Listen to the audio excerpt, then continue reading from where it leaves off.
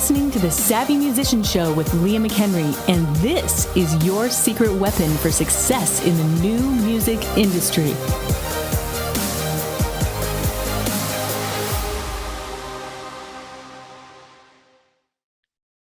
Awesome once again to be here on the Savvy Musician Show. Thank you so much for joining us. This is CJ Ortiz, and I am the Mindset and Branding Coach at the Superfan System Elite Program. And I am sitting here with my dear friend and the one who hosts this Savvy Musician Show, the lovely Leah McHenry. How you doing, Leah?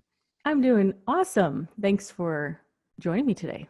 It's great to be with you again, and I hope everybody's enjoying this new format, adding the co-host here.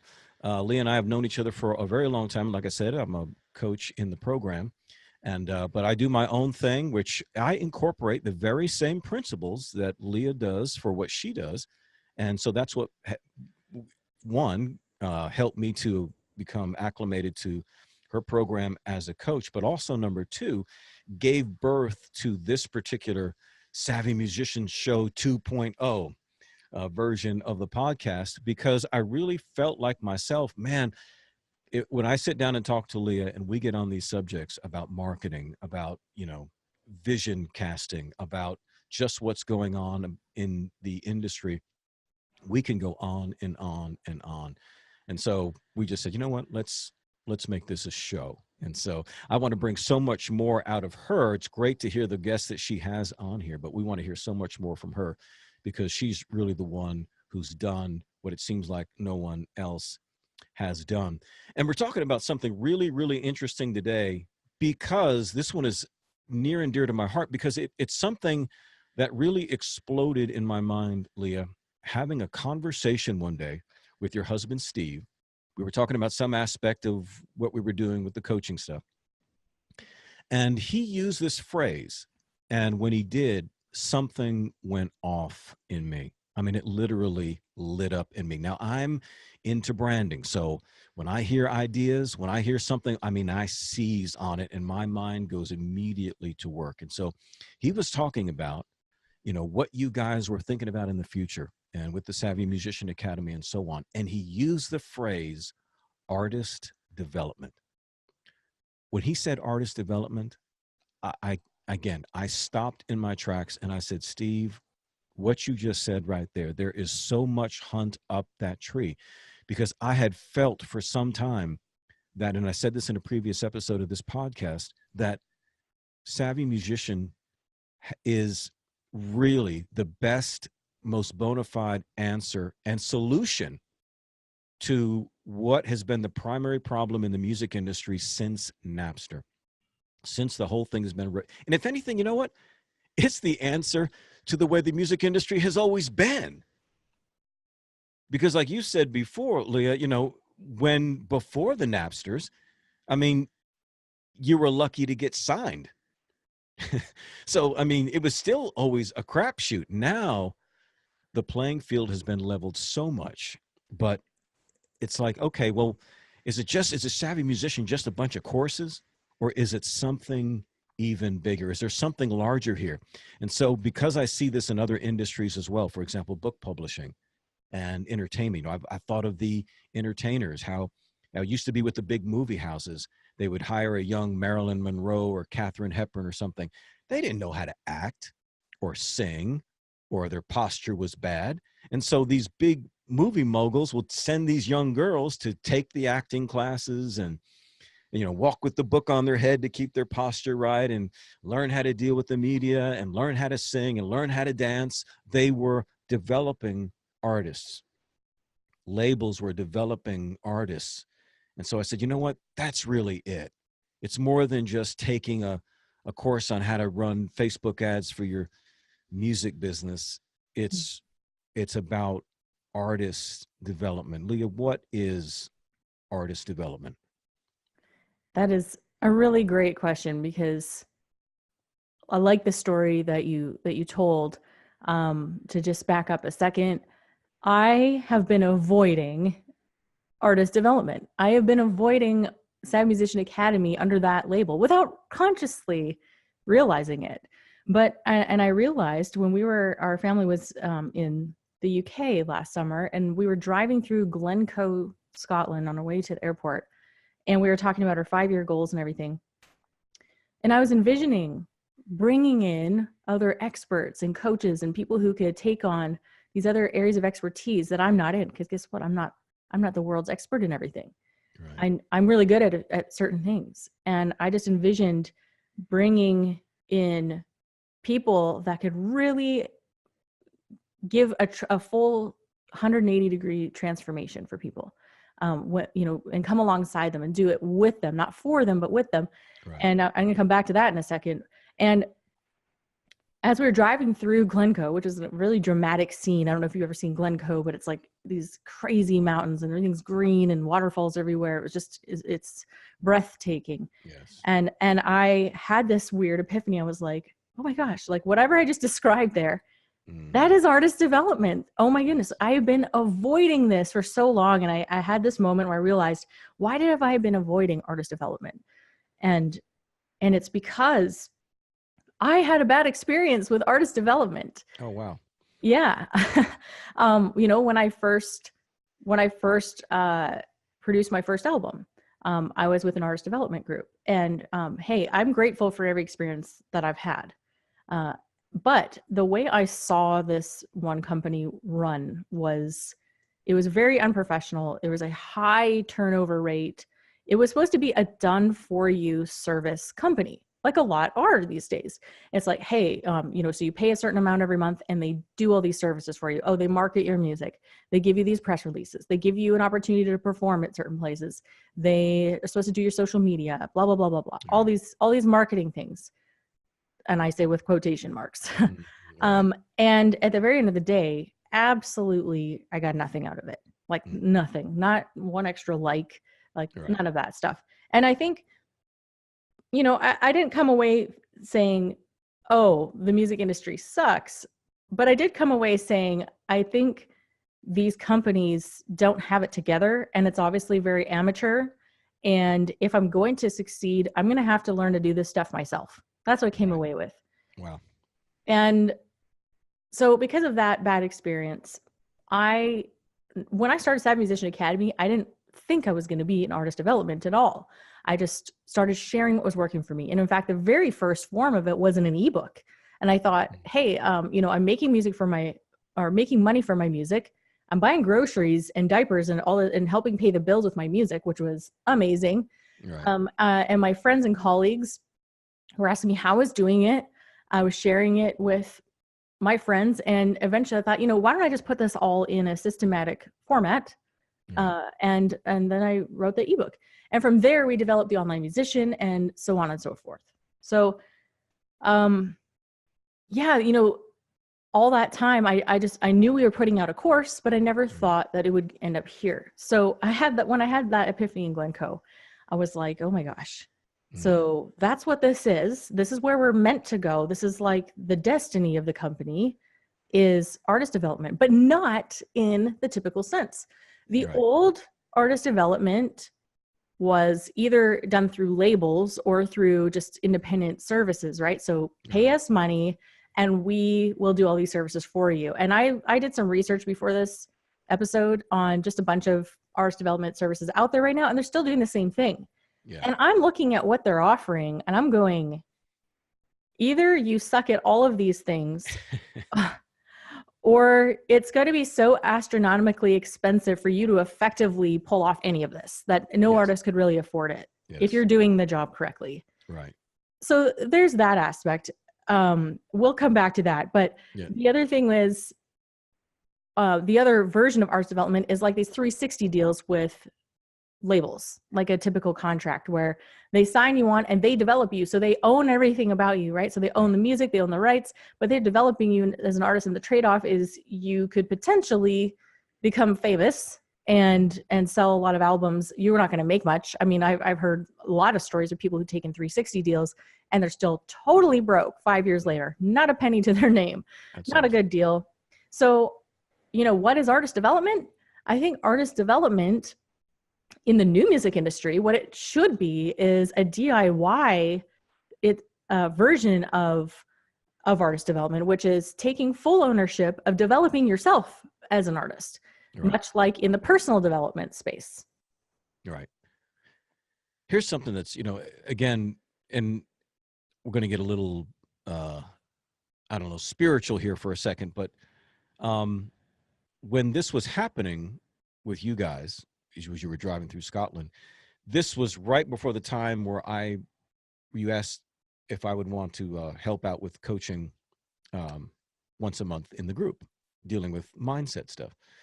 And so then as I got more involved, I could begin to see where there was, things that I could also help with. And there was just this very quick, natural progression.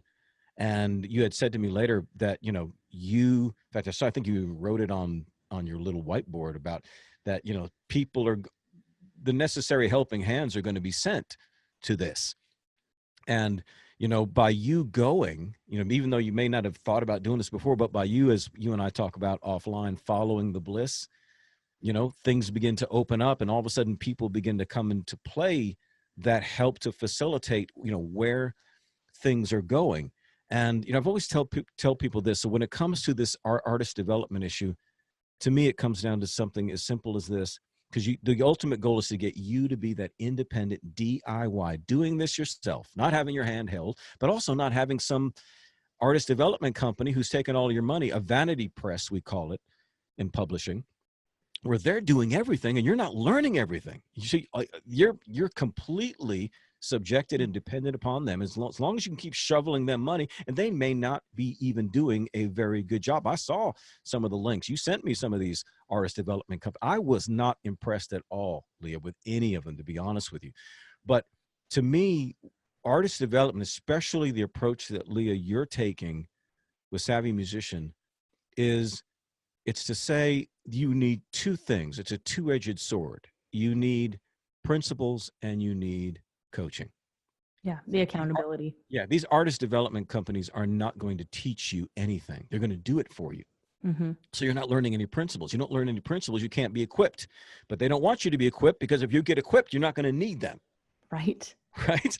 Whereas Savvy Musician is all about, no, we want to empower you to to put you in control of your own little personal music empire, your own little personal music industry. That's the answer to the music industry, is for you to create your own music industry. But you need principles and you need coaching, because you can take any, try and have a professional NFL football team made up of all the single best players in the NFL for that particular position. Create the super team, take all the best players from every other team and put them all on one super team. But, and they get to play a whole season with the super team, but the super team gets no coaches. No head coach, no quarterback coach, no defensive coach, no coaches at all. They have to play completely on their own. So they have experience, right? They have knowledge, they know principles, but they don't have any coaching. They're not going to win. They'll probably do terrible, because you can't do it just based on talent alone. Yep. You've got to know principles, but you can't do it just on talent and principles. You need coaching. Someone has to see if you're applying, like you said, accountability. And if not, then you can be adjusted. But you get to do it in an environment where you get to make your mistakes at home. It's like a kid who makes their mistakes playing in the living room, right? And bumps into something or drops something. Hey, make your mistakes at home, man, because the family's going to love you. You know what I mean? No condemnation here. No, you're going to be celebrated, not tolerated. You're going to be empowered. You're going to be equipped. So, that when you guys talked to me about artist development, I mean, that's the full scope of the vision I saw. And that's not currently being offered anywhere that I even know about. Right. Yeah. And because so much of it, I mean, I'm going to say, there's a steep learning curve in some of the stuff that we teach, especially in the elite program. It's a steep learning curve, but I still want to say that a high percentage of success is the mindset part and the personal development part of it. Yeah. Because you can have the best marketing plan in the world, you can have all the right and current tactics and the Facebook ads, but if you're not developing personally and you don't have the right mindset, you don't have the right attitude going into it and expectations and all of that, you're going to want to quit. Yeah. And a lot of people do. Yeah. Not Yeah. in our programs, but I mean, they do. Well, yeah. I mean, you brought me in. We spend 2 hours out of the month with the group in a, online call, face to face, just on mindset, just on mindset. You know what I mean? And of course, that's included with every other thing that you just listed, as far as, what it takes to master marketing and all these sorts of things. Well, that's one thing I've always appreciated, is that you understood that concept, because a lot of people don't. Right. And so there might be other programs out there doing something similar, but it's like, but they don't offer this. They didn't make what I call power moves. And so all of your moves, Leah, are for the future. Right. You're future proofing SMA. And I think that's a wise thing to do. I think what we're really doing is we're cultivating little entrepreneurs. Yep. Because music, and I'm always afraid to use that word, because I think there's so many musicians who are like, I am not an entrepreneur. That is a scary word. I don't want to run. No. And I think we need to take the stigma out of that word, because entrepreneurship is more than just, the definition of taking a risk, right? Entrepreneurship, I think, is developed into so much more than that. And I think fundamentally is more than that. If you look up in the dictionary, it says an entrepreneur is someone who's willing to take a financial risk in order to profit. Right. But this is more than that. And to be a successful entrepreneur, you've got to, I think the mindset is 99% of the success of the whole thing. Stuff like not being a complete perfectionist, even when you're wired that way. And it's better to get something out imperfect into the world than so perfect and that you can't get it perfect, so that you never launch it at all. Things like that. We have entire sessions just on this stuff. Yeah. Because people get stuck. They never launch their music. They never launch their funnels, because they're so worried about getting every single detail perfect. I'm just like, screw it. Get it out there and then fix it later. Like, it's better to do that. Throw it up, get moving. And there's a lot of information that's coming at them. They do feel that overwhelmed. They do worry about they're going to miss something, and so they do get focused on those details, and it can feel that way. But I agree with you. I think, the entrepreneurs of the ancient world were the voyagers, those who they just left. they would just escape. And there's a quote, I used it. I wrote an article on entrepreneurship, and I can't remember the quote, but it's from a poet, and he talked about how, you can't be that voyager. You can't be that one who takes the undertaking to go out on your own unless you're willing to lose sight of those familiar shores, and you have to be willing to do that. And it takes people get comfortable. Yes. But if you really want to be a musician, if you really want to, earn a living from your music, just think about that possibility for a second. Those who are listening, just think about that possibility for a second. Imagine, we're not talking about you playing in the stadiums all over the world, but just imagine writing music, having people engage with you, and being able to make a living, live full time as a musician. Just think about that. That's what you wanted back in the day when there was labels. But again, that was a crapshoot. And so imagine that power being in your own hand. You say, that's too big for me. Well, that's what artist development would be for then, is to get you from where you are to the strong person who could do this. You have the capacity to do it. And I could prove it to anybody. They say, no, I'm not wired that way. Like you said, I'm not an entrepreneur. No, I guarantee you, I could get anybody to achieve any goal. They have the power to do it. And the simple way to prove it is, I will show up to your house every day and put a gun to your head. And I can get you to do what you say can't be done. Somebody tells me I can only run, 15 minutes on a treadmill. I could get you to go 30 minutes.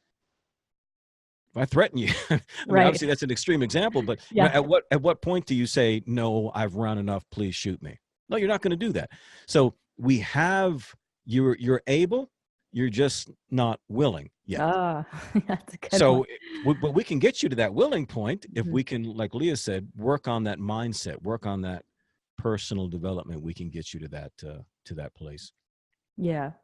Yeah, there's so much there. So don't be afraid of the word entrepreneur. It's just a modality of accomplishing what you really want to do. And when you're taking labels out of the equation, you have no choice Right. but to learn it yourself. And so that, that brings me to the question of, what's better, do it yourself or done for you? In fact, I think the solution is actually a third one. It's done with you, which is what we do.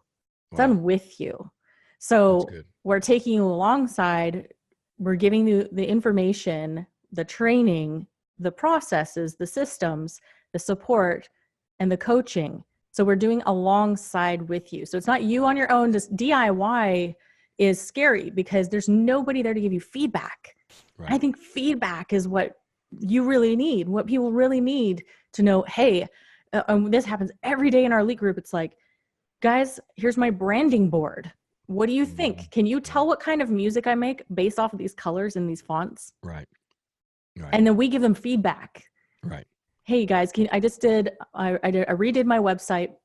Can you tell me how it looks to you, and check it out on mobile and check it and let me know any improvements you want to make? And we give them the feedback. That feedback is really, I think that is the most powerful and potent thing that we can give.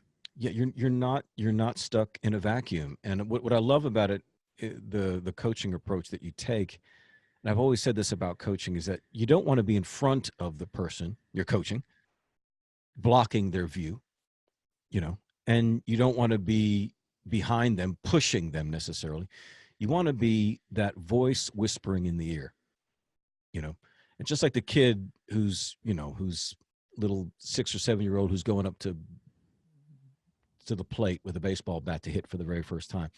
The coach just comes to him, kneels down beside him, puts his hand on his shoulder and whispers in his ear. Right. And he tells him, this is what's going to happen. This is what you're going to do first. And this, we're not trying to tell you everything. We're not trying to push you necessarily. It's that one called alongside. We are alongside that helper, that someone to just help you move along. And I've seen, this 100 times if I've seen it once.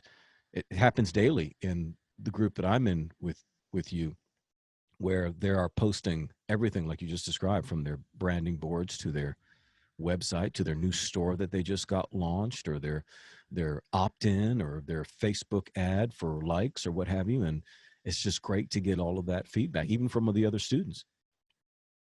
Yes. Yeah. There's so many aspects there, and having the group, the peer feedback, right. I'm so impressed with the people in this group, because they're smart cookies, and they're honest and kind. I mean, we really have been careful to filter through the best of the best. Yeah. I feel like I'm the mean one. Yeah. We need you though. We need, but it's funny. Our students, they tell them, what did they say? They said that I'm like a mother figure. They said Leah's like discipline wrapped in love. I'm like, okay, I'll take that. I'll take it. Cause I can be very straightforward and just like, especially if I get on a hot seat, I'm just like, I'm pointing out the things and constructive criticism, right? Constructive criticism, but you got to sandwich it in love and tell people like, we're here helping you. I'm not here to tear you down or like tell you what a bad job you're doing. That is so far from it. Right. But I want you to get results. So I'm going to be straight with you and just tell you, what needs to change. No, it doesn't help to blow sunshine up somebody's backside. No, none of that. And I don't think that people aren't paying for that. I mean, if you wanted that, you could get that somewhere else. But so let's talk about some of the different aspects that are a part of artist development. And I mean, classically, I could say, what are some of the things that these companies are offering? And then what does artist development look like when you're doing it DIY or in a coaching situation? Right. One of them is management. Now there's management of people managing bands. There's that kind of a thing. That's not so much artist development. That's just one aspect. But managing, I wrote down management. So managing your time, managing your budget, and managing your resources. No artist development company is really going to do a good job of that. No. No. No, all they're managing is their own budget, their own resources, which is all coming from you. Right. Exactly. Another thing is the production of your music itself. So Right. you have to take ownership of that. And many of you already are, even if you're not a student at SMA. You have some amazing music.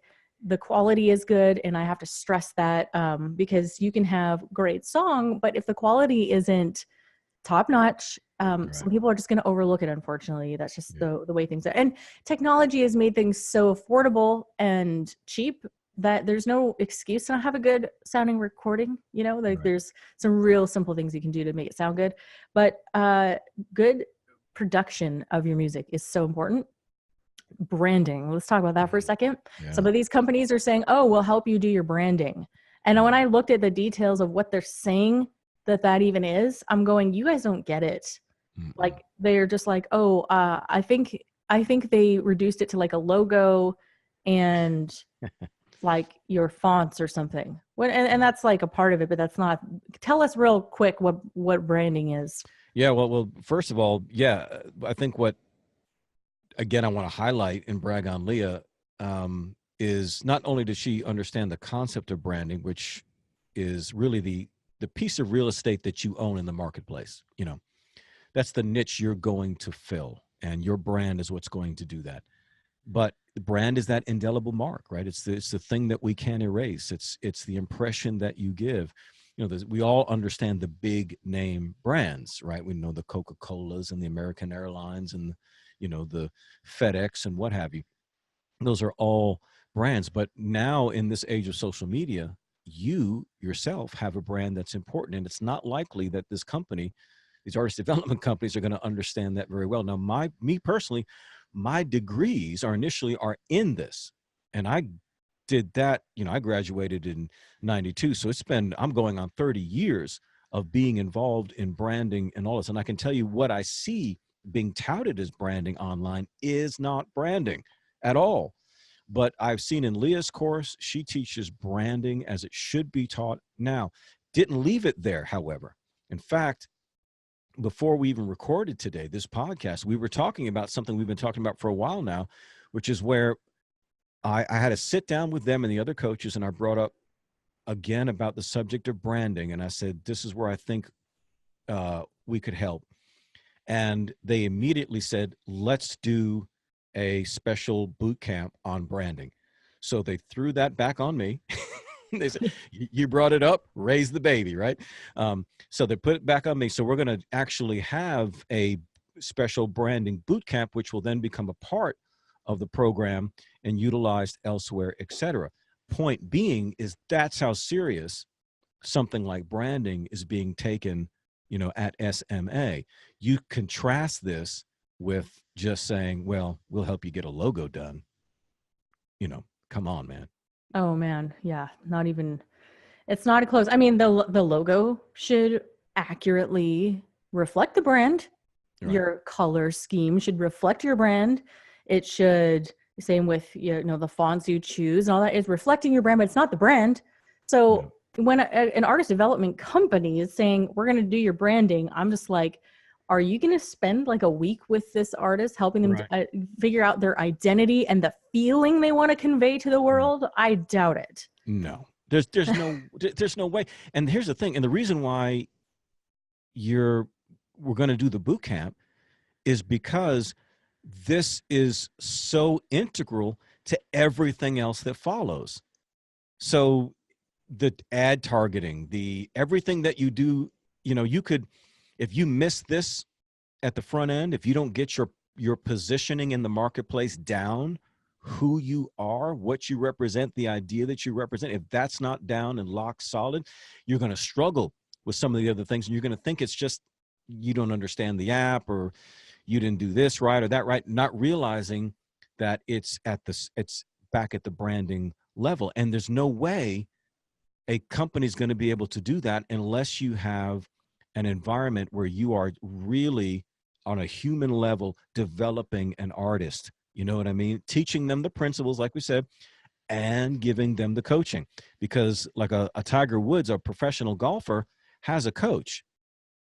Yep. Well, How does the number one golfer have a coach? Would that mean that his coach is better golfer? No.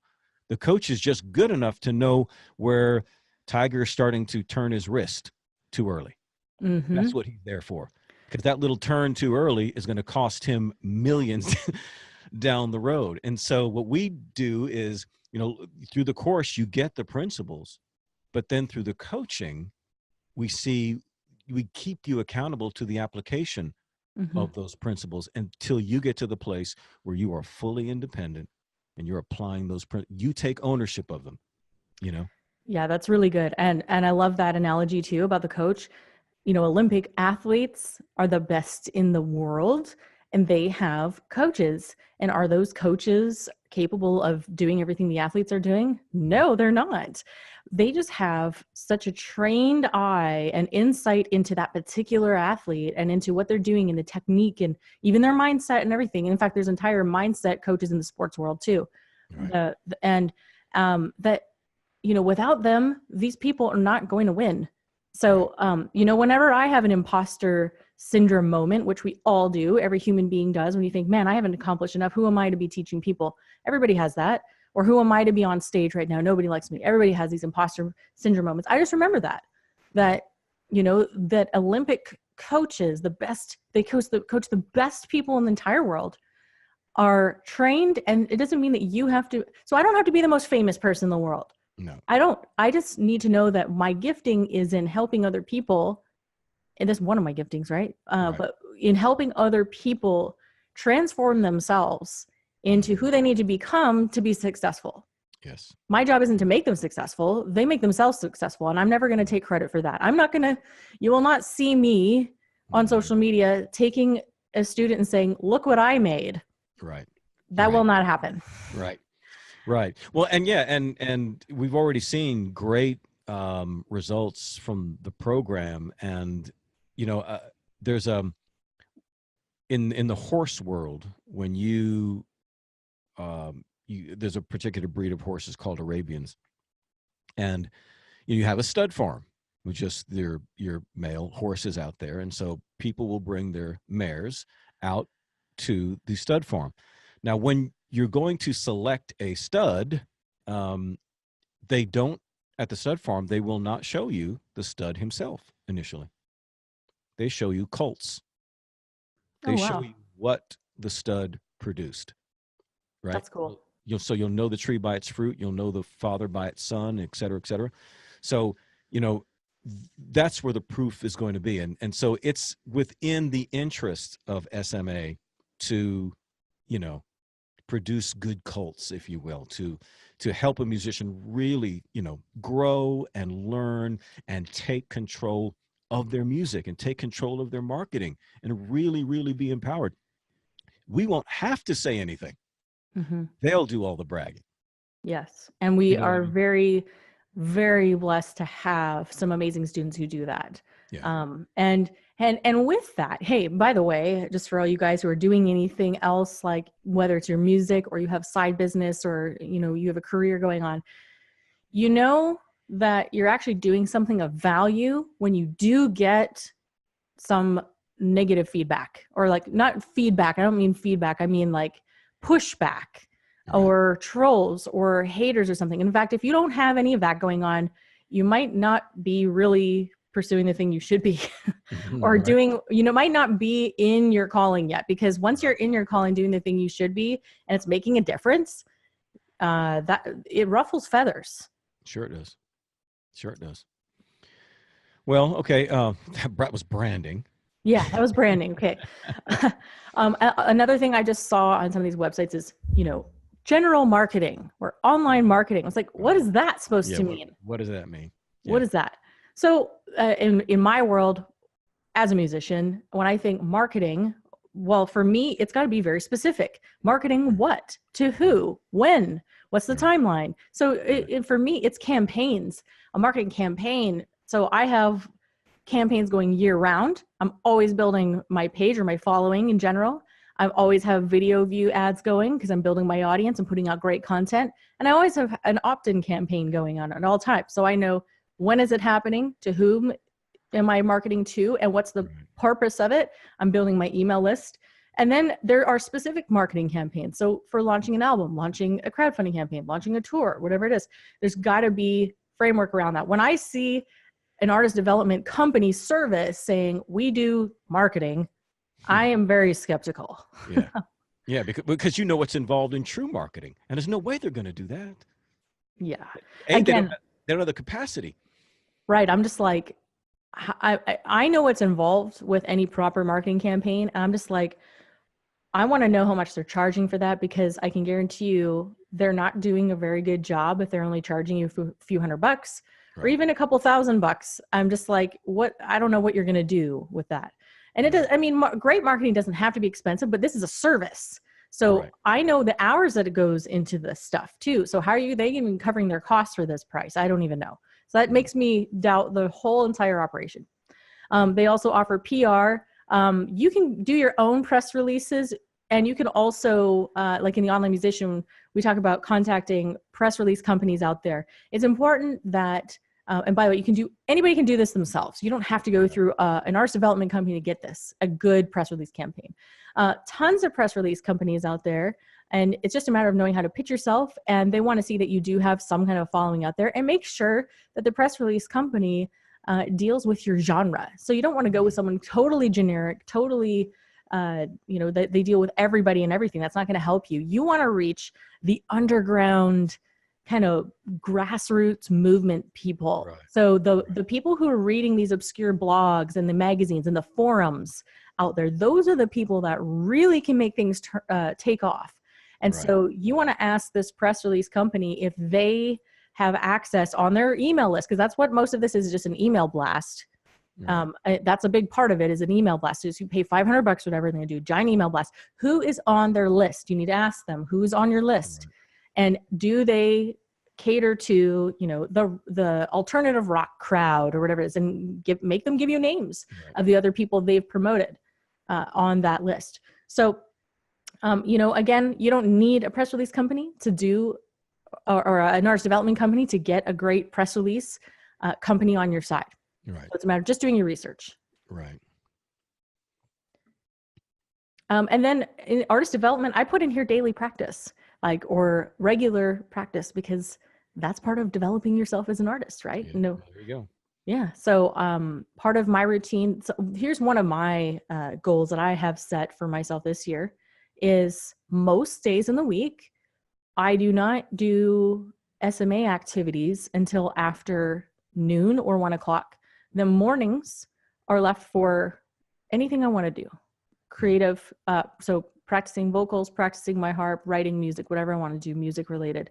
And the reason I do it then and not in the afternoon is because I was telling you this the other day, writing music is not urgent.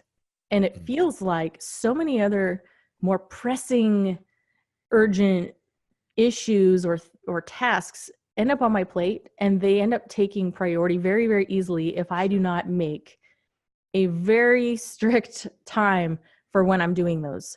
Because, and sometimes it can be a bit of a challenge mentally to go, hey, relax, write music. Right now is music time. Shut out the rest of the world. Shut out all the problems. Turn off all the devices. Close all the apps. Just do music. At the end of the day, that is what makes me really happy. And if I go for months at a time and I haven't written a song, I do not feel happy. So it's artist development, right? Exactly. So as an artist, I make a priority in my day, and I'm able to do that. And we'll have another episode on time management. I get this question all the time about how I manage my time. What do my daily routines look like? What do I do with my kids? Like all that stuff. I'm glad to talk about it. I am not a superwoman. I'm very far from it. I do delegate. Explain the cape. Yeah. I do delegate a lot, and I have to make a very big effort. I'm super artsy fartsy, you guys. I love to be spontaneous. I don't love routine. I like to do whatever I want when I feel like it. Like, that's my tendency. That's the way I'm wired. So it takes a great amount of effort for me to be like this, or for me to stick to something. And so but daily practice developing. I know that at the end of the day, if I don't develop my talents and skills and abilities, well, I'm not going to have much of a music career. So it's No, yeah. important. Yeah, absolutely. I mean, it's for these students who are in the SMA programs, it's a lot to learn. It really is. And so they don't need to feel like it's like the woman who doesn't want to lift weights because she thinks she's going to become a bodybuilder.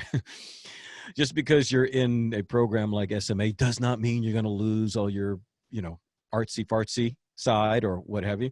You're just going to have to learn to, segment life, and you've got to grow. It's this development. You've got to grow as a person. And that's what, again, Leah, that's why I love this approach, is that it takes seriously the human condition. It takes seriously the emotional and psychological aspects and the mindset aspects that are going to go along with someone who is going to get to the level where they earn a full-time living making music.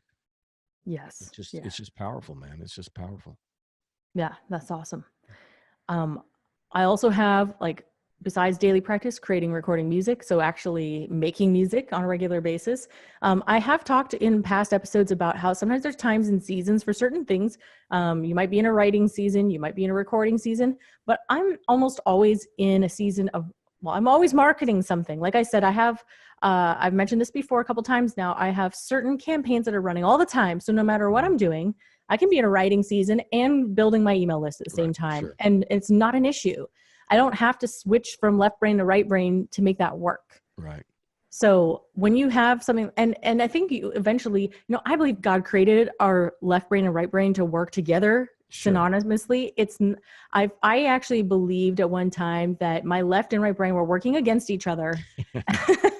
And that I was to switch between modes. Like, oh, right now I'm writing my album. That means I can't focus on business, or I won't be able to get into this mindset. And I think the answer to that is, baking in the creative and the marketing into your daily practice, into your daily schedule. Just make it a part of everything else. Just like cooking dinner, and then check my Facebook ad, make sure that it's in the price range I want.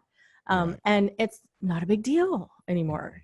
So you don't have to compartmentalize so much once you learn the principles, and, become second nature like anything else. Right.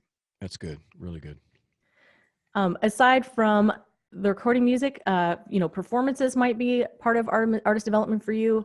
Right. Developing your live show and your stage presence and all of that, super important. We did a great episode with Lang Bliss on stage performance, and he's worked with great guys like Tom Jackson and a lot of people who know him. And these guys are experts. They've done tons of live performance, refining people's live performances for really famous people out there, like everybody you see in music videos, all that stuff. They've done all of that. And so that's a form of artist development as well. And so definitely check out that podcast. We'll put it in the show notes if you want to hear about it. And then growing your fan base. These artist development companies are saying that they can do that, or they're doing social media. I mean, I'm looking at one of their websites right now, and it's, our services include, let's see, which is the one I was looking at. They just said something very generic, like social media. Yeah. That's like saying we do TV. Right. What does that mean? Yeah. Our customized internet marketing campaigns are designed to drive traffic to our clients' websites through Twitter, Facebook, Spotify, Pandora, Last.fm, YouTube marketing, online video production. It's just I guarantee you they're not targeting. I guarantee you they're not doing any serious targeting. There can't be. There's no way. You have to know the artist. You have to know their fan. You have to know who your super fan is. Mm-hmm. There's no way this company's doing this. It's just no way. They're not doing a fan avatar workshop with them and then customizing all their targeting to get, not happening. So when I say growing your fan base, that is a perpetual activity. Like I said, I'm always building my email list. I built up my fan email list to 50,000 people, and then I deleted half of them because because I wanted to make sure that I had an active engaged list, and some of them were really old and not active. And I did something called a re-engagement campaign. We can talk about this another time too. We're always going to come up with more podcast episode ideas during these episodes. That's right. But a re-engagement campaign, to make sure that people really wanted to be on my list, because the fact is that the bigger your list grows, the more you pay, right? Yeah. It becomes a big Budget. Yeah. expense. Right. Big expense. So I didn't want dormant emails on there. And sometimes people are signing up for something with a bad email or an email they don't use anymore. So I ended up deleting half of them and building it back up again. So I'm back up to 30,000 or whatever. But so growing my fan base all the time. And I do this, again, primarily, I want them on my email list because I can control it. Right. I'm always building my page. For me, it's about picking one or two platforms that you really want to dominate. Don't be on all of them. You don't have to be ever presence everywhere. Find out where your fans are, where are they consuming content, where's their preferred, and it's gonna be different for depending on your genre. There's gonna be some artists where YouTube makes the most sense. Yeah. But I guarantee that everybody has an audience on Facebook. There's 2 billion people there. Yeah. Everybody should be there. Everybody's got to be on Facebook. I would argue Instagram as well. And, I'm not real crazy about Twitter. Never have been. Never worked well with me. But the thing is that, like Leah said, like as she and I sit here right now talking, we both have ads running, and I just kind of, like you said, I keep an eye on it for the cost, where the expenditure is. And so I might need to go in there and adjust something and, change out some images, change out some copy, test something out or whatever. But I'm just going to let these things keep going to keep bringing new people into the fold. But we can do that and not even be thinking about it and recording a podcast because of all that we know about targeting and all that we know about Facebook ads. Well, I don't mind trusting myself to do that. I have a hard time because that's such intimate knowledge. Nobody knows my fans like I do. Nobody knows how my brand needs to be presented like I do. Nobody does. You can give me tools and things to help me, better understand who I am, help me better present who I am. But ultimately, it's going to come back to me, and it's going to come back to me taking action based on how I know my fans think, what converts, what makes them take action, what makes them get engaged. And so again, we can sit here and do something completely different and leave it on a sort of autopilot, if you will, doing its work, because we understand that the principles that are involved are going to be very difficult for you to get that from a record label and difficult to get that from an artist development company. Yeah. So the last thing I just had on this list, and there's so much more to this. When I made this little list of what are all the different things involved in artist development, there's a lot more than I have here. But even just handling the business end of the things, the cash flow, taxes, stuff like that. None of the fun stuff we like to talk about. Right. But just, artist development companies, I just don't believe that. I mean, I'm sure some of them have good intentions, but they're not going to be able to effectively help you learn all this stuff. These are life skills that you just need to know. And no artist development company or label is going to really help you get this in order. So these are things that are not so fun. And I do not give legal advice ever, but you should always, I do recommend have a bookkeeper part-time, to help you get your finances in order, and, consult legal advice from a professional. So whenever it comes down, especially when it comes time to creating a corporation or something, which I do recommend doing, I think it's a good idea to do that when you get to a certain amount of income. So in Canada, if you are making $30,000 or more, you need to be an official business. So at that point, you want to have like a business name ID or, form a corporation or something. And it's, corporations have benefits because you're separating it from personal, which means it comes with different tax rates. Right. And of course, if you ever get sued for anything, they wouldn't be able to take all your personal belongings and things like that. Right. So definitely consult legal professional advice on that sort of thing. But these are things that are involved, right? It's just like part of life. Got to deal with it whenever you're building anything. So that's right. Now, I formed my corporation in, I think, 1995. And so I've had it. It's service. I've done, my business has changed over the years, but that same basic corporate entity has always been there. And yeah, it's completely separate, always has been from what I do. again, this is so parallel to something that's a major part of my life, which is publishing, because we see the exact same thing. Now, we call them in the publishing industry vanity presses. So it's the same thing that you just described with the artist development company. You're a writer. You come and they're going to take your manuscript and they're going to have it, edited, and they're going to do the design. They're going to promise you the marketing, everything about that. And in fact, a co-host of my podcast, he's got a couple of books done at a vanity press, and he just ran out of one of them finally. And so I said, dude, can we redo this? Because I'm chomping at the bit, because I'm a designer, I'm all these things. And I just said, dude, we could do so much better. I mean, here's the thing. The entire book the interior pages is done in a sans serif typeface. Okay. So if people don't know what that means, in other words, if you look at like a Times Roman or something like that, where it has the little hooks on the end of the letters, that's what you call a serif. Those are serifs, a serif typeface. Sans serif would be, the straight lined type of lettering where there's no, like imagine the American Airlines logo or the FedEx logo. There's no little hooks on it, on the ends of the letters.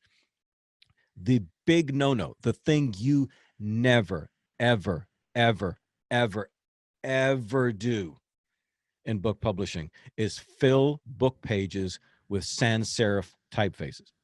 Ever. Okay, why? Because the mind doesn't like to read. Those are for headlines. That's why you'll see subheads will always be in those, like a Helvetica or something like that. But because the serifs are not there for decoration, they're there to help the eye smoothly read the text. If there's no serif leading you to the letter, then your mind struggles with it and it gets irritated and doesn't want to read long pages of copy in Helvetica. Okay. Should I be changing my email fonts? Yes. I always use Times Roman. Yeah. Well, I always use Georgia. Okay. But here's a publishing company, a vanity publishing, an artist development, let's just say, and they did his entire book in a Helvetica. So that's like an amateur move. That's a total, that tells me you don't know anything about what you're doing. So it's like we said before, if you pull down the food tray in the airplane and there's a coffee stain, that means there's a screw loose in the engine, because big details are not being paid attention to. And so that's what we're talking about. This is why this is so powerful, Yeah. And hey, you learn something new every day. I don't know the publishing world. So this is why this is so valuable just talking to you. You just offer a totally different perspective, different background, different things. This is good. But it's funny, but it's the same thing. Yeah. You know what I mean? The same kind of companies. So yeah, we want to, we're like Robin Hoods, I guess. We're coming in and we're saying, hey, we're going to set you free from the oppression of the sheriff of Nottingham and evil king. And, we're going to set you free to be independent and to take control of your professional life again. And man, really, your dreams are possible. I mean, your dreams are really, really possible. And it may just be that all you need is to develop as an artist in all the different areas that, we discussed today on the podcast. But Leah, you did this to yourself. You were your own guinea pig, right? I mean, you did this yourself. Yes. And I also think you can coach yourself to a degree, but at some point you do need outside coaching, feedback, someone to come alongside with you and do it with you. And that side-by-side analogy is great. So we won't be in front of you trying to be the hero in this whole thing. We're not going to be behind you, just pushing you, making you do anything. We'll be alongside of you, guiding you, holding your hand along the way, if that's what you need. Right. And so that's what we're trying to do here. So I'm no longer afraid of artist development. We are artist development. Yep. All the way around, a whole 360, not the old model of 360 where we take all your money and keep all the rights. But the 360 is you. Like, you are transforming into you're going to become a new person. And that's why I tell people, when you go through the elite program, you're actually coming out the other end a new person. You're transforming and you're developing yourself to become the person who can attain the success and reach your goals and dreams. Where does our listener need to go today? What do they need to do? Today, you make sure you join our free Facebook group. And if you enjoyed this podcast, please share it with people and leave us a review. That really, really helps us. It's like the best tip you can give us is leave us a review if you liked it. Share with us if you're enjoying this information. And we might even just shout you out too during these podcasts. That's something I would love to do is call out you guys and just bring your name up and tell us what you're doing. Yes. So today, I want you to go and join the free Facebook group, subscribe, and leave us a review. And we'll see you next time. Take care. Thank you so much for listening to this episode. And I have some exciting news for you. If you have been wanting to know how you can crack the code of Spotify and increase your listeners and your monthly followers so that you can create a regular stream of income, this is going to be so exciting. Join the wait list and be the first to know when our new Spotify mini course is live. Go to savvymusicianacademy.com/Spotify. That's savvymusicianacademy.com/Spotify and sign up for the wait list, and we will email you as soon as that mini course is live. This is going to be so exciting. I'm very proud to present this to you. This is unlike any other teaching out there, and I promise it's going to be worth it. Thanks again for listening today, and we'll see you soon.